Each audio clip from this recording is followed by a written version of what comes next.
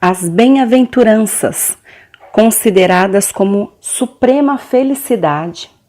Edgar Armon, no livro O Redentor, nos explica que em Cafarnaum existia um morro chamado Curumhatin, com aproximadamente 50 metros de altura, que podia conter centenas de pessoas.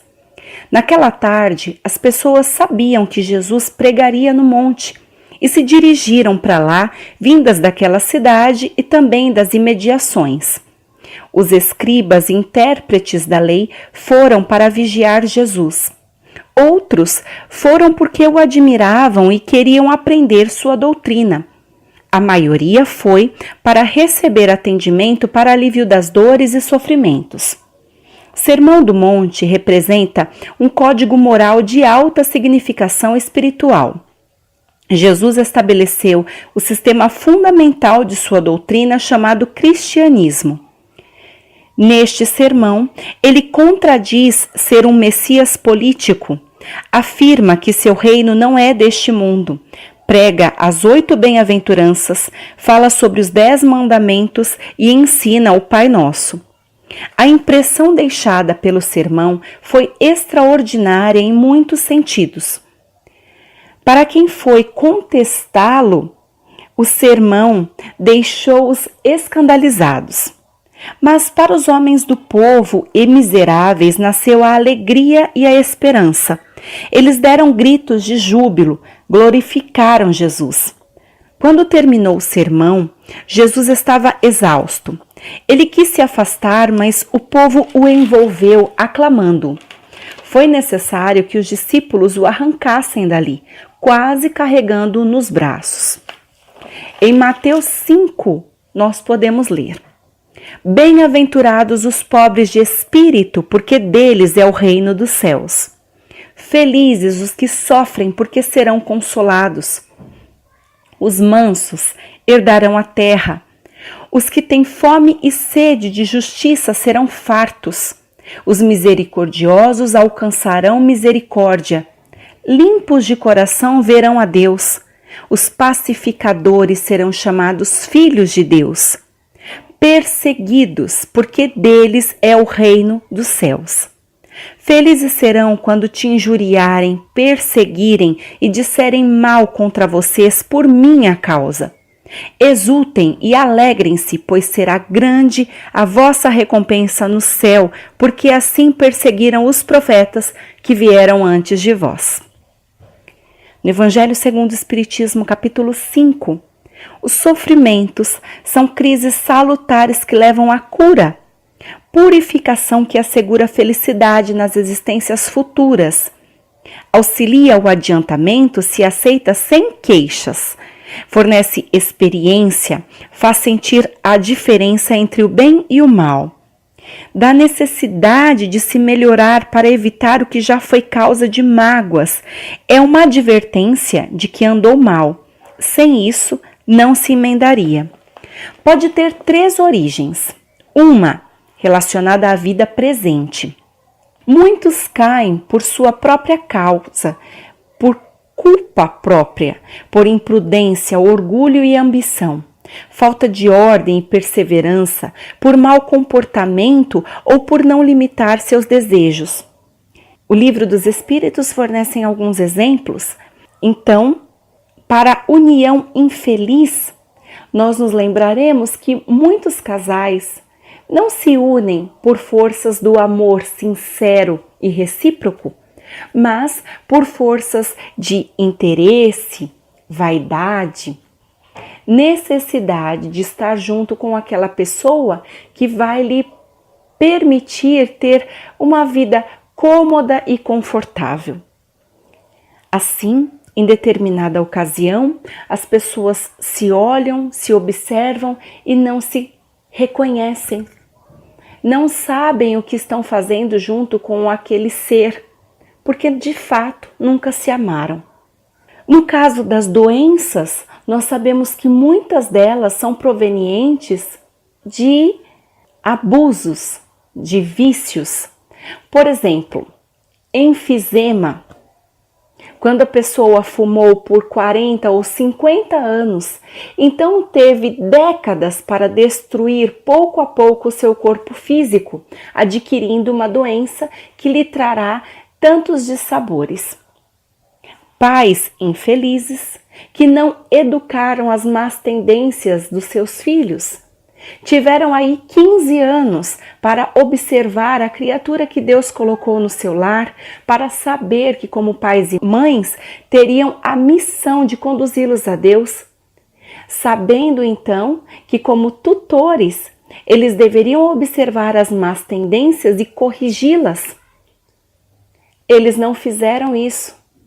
E esta criança se transforma num adulto que não honra esse pai, esse mãe, que irá sofrer todos os dissabores dessa vida. Todos com o coração ferido devem interrogar a própria consciência. O homem é o autor dos seus próprios infortúnios, mas ele não reconhece. Ao invés disso, ele acusa a sorte, acusa Deus, acusa a falta de oportunidades. Ele evitará o sofrimento quando trabalhar para a evolução moral e intelectual. Deus não deixa impune nenhum desvio. As faltas sempre têm consequências mais ou menos desagradáveis. Mas a causa dos seus infortúnios pode não estar ligada à vida presente. Pode estar ligada a uma causa fora desta vida. No caso de perda de entes queridos ou dos que sustentam a família, perda de fortuna, acidentes, deformidades, flagelos naturais, doenças congênitas ou crianças que desencarnam em tenra idade. Eles nada fizeram desta vida, a causa está na existência anterior. Somos punidos porque fizemos o mal nesta ou em outra vida. A desgraça tem sempre uma razão de ser. Quem sofre pode dizer: perdão, Senhor, porque pequei. O homem sofre o que fez os outros sofrerem. A cada um é dado o que merece. A justiça de Deus não falha, mas concede a todos a reparação da falta. Também pode acontecer da prova ter sido escolhida. O espírito escolhe a prova para acelerar o seu adiantamento. Os espíritos não podem aspirar à perfeita felicidade enquanto não são puros. Toda mancha lhes impede a entrada nos mundos felizes. As provas da vida fazem progredir quando são bem suportadas. Quem muito sofre é porque tem muito a expiar e deve se alegrar de ser curado logo. A resignação torna o sofrimento proveitoso porque não perde os resultados com reclamações. Dentre todas as faltas, a que está em primeiro lugar será a falta de submissão à vontade de Deus. Quando reclama e não aceita a prova, acusa Deus de injusto, adquire uma nova dívida. Poucos sofrem bem. Só as provas bem suportadas levam ao reino. O desânimo também é uma falta. Deus nega consolações porque não tem coragem. Esta pessoa não tem coragem para enfrentar a sua prova. E ela irá encontrar coragem na prece, que é o sustentáculo da alma. Lembrando que o fardo será proporcional às forças e a recompensa será proporcional à resignação e à coragem. Bem-aventurados os que têm oportunidade de provar a fé, perseverança e submissão à vontade de Deus, porque terão 100 vezes as alegrias que faltam na terra. Lacordaire, em 1863. A terra é um lugar de provas e expiações. A felicidade é uma utopia. Gerações a perseguem, sem jamais alcançá-la. As provas servem para exercitar nossa inteligência, paciência e resignação.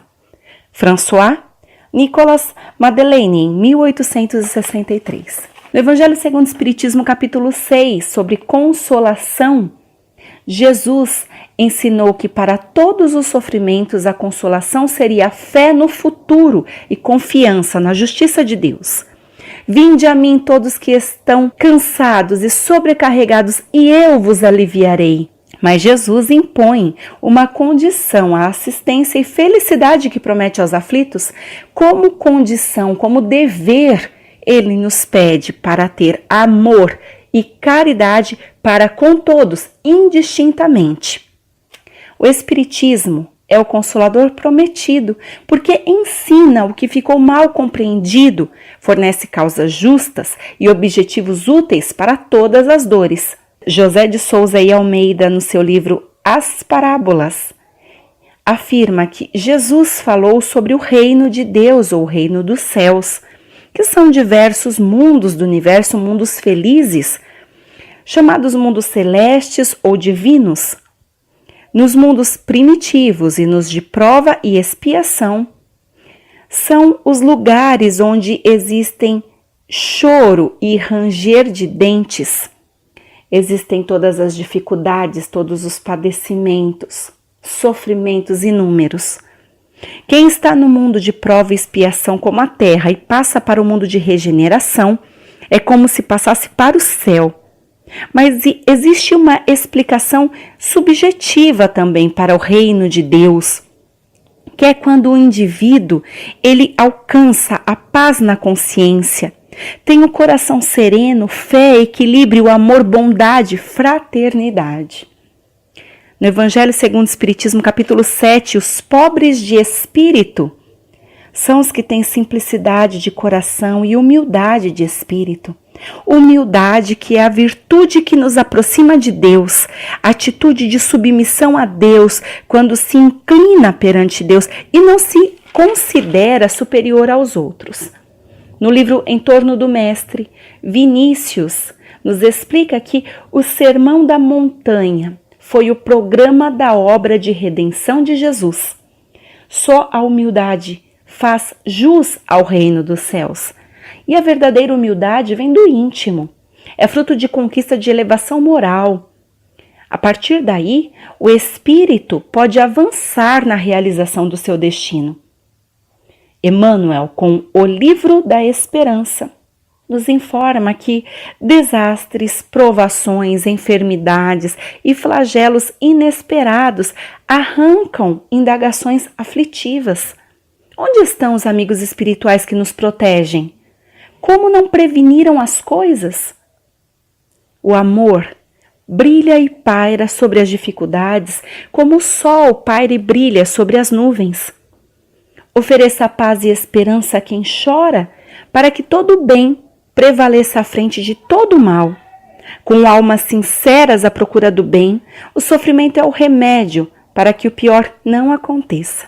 A reflexão de hoje nos leva a pensar que se todos nós estamos encarnados na Terra, que é um planeta de provas e expiações, certamente cada um de nós tem uma prova, tem um infortúnio, cada um de nós tem uma vida e de tempos em tempos se depara com uma dificuldade. Meu irmão, por que você sofre? Qual é o motivo do seu pesar? O que faz você perder suas noites de sono, ficar inquieto e angustiado? Pense, meu irmão, qual é o seu sofrimento? Neste momento, qual é a sua prova? E quando você encontrar resposta para isso, a reflexão é: você tem um bem sofrer ou mal sofrer? Como você se depara com a sua prova, com a sua questão que poderia enobrecer a sua alma? Como você está conduzindo esta situação na tua vida, meu irmão? A reflexão que nós temos para te apresentar é: existe sempre dois caminhos para nós, duas formas de encarar as provas. Nós podemos observar pelo caminho do bem e pelo caminho do mal. Aquele que sofre mal é aquele que reclama, aquele que chora, resmunga, ele se desespera. Ele é a vítima da circunstância. ele critica, ele coloca como um erro na vida dele. Portanto, ele diz que é uma injustiça divina. Quando ele age desta forma, ele aponta para Deus. Ele adquire uma nova dívida, ele adquire mais sofrimento. Ele não consegue enxergar, irmão, ele não consegue perceber qual o motivo desta prova na vida dele. E aí, ele se acomoda nas reclamações, ele não produz, ele não evolui em nada. Ele perde a existência com reclamações. Aquele que tem a sua prova, tem a sua dificuldade, seu sofrimento, mas ele sabe sofrer bem. Ele é submisso à vontade de Deus. Ele é humilde porque ele se curva à vontade de Deus. Ele é resignado, mas não aquela pessoa que fica parado num canto esperando cair do céu. Ele age com coragem. E a coragem dele vem da fé, vem de Jesus, vem da compreensão que ele tem nos ensinamentos do Mestre Jesus, porque ele abriu o Evangelho, ele soube compreender. Ele sabe que errou, mas ele tenta reparar os erros dele, que podem ter vindo de outras existências, mas ele sabe que ele precisa produzir e ele age com boas obras, fazendo bem sem olhar a quem, fazendo bem indistintamente, como nos pediu o amado Mestre. Este produz, se eleva, ele evolui, ele aproveita a chance de redenção. Portanto, meus irmãos, aproveitemos todas as oportunidades que nós temos de espalharmos a luz a pedido do Mestre, recebermos as provas agradecidos. Só Deus sabe o tamanho certo desta provação. Será equivalente às nossas forças, nunca maior do que nós podemos conduzir. Nós somos agradecidos, Senhor, por tudo que nós temos. Nós somos muito agradecidos. Que Jesus possa nos conduzir sempre. Termos os olhos abertos, termos as consciências despertas.